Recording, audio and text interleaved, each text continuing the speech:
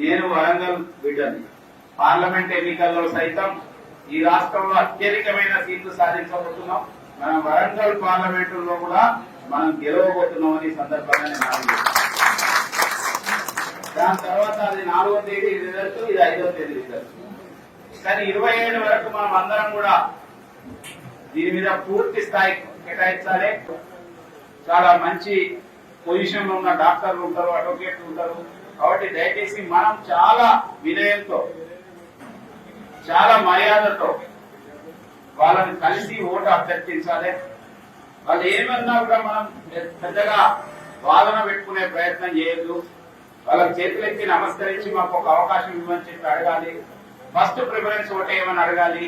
మనకు బ్యాలెట్ లో 52 మంది అభ్యర్థులు ఉన్నారు, కానీ మొట్టమొదటి పేరే మనది.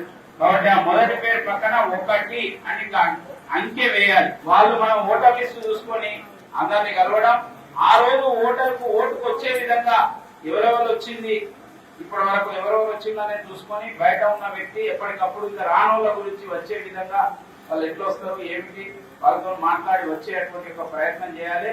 ఇది చాలా కొద్దిగా మనం శ్రమించవలసిన యొక్క ఎన్నిక. కానీ శ్రమిస్తే రిజల్ట్ వచ్చేది కూడా బీజేపీకే వస్తుంది. ఎందుకంటే బీజేపీలో మాత్రమే ఇంత ఆనెస్ట్ గా, ఇంత ఖచ్చితంగా క్రమశిక్షణతో పనిచేసే క్యాడర్ బేస్డ్ పార్టీ బయట అంతా పేరు ఉంది. కాబట్టి ఈసారి ఇది మనం గెలిచే సువర్ణ అవకాశం వచ్చింది.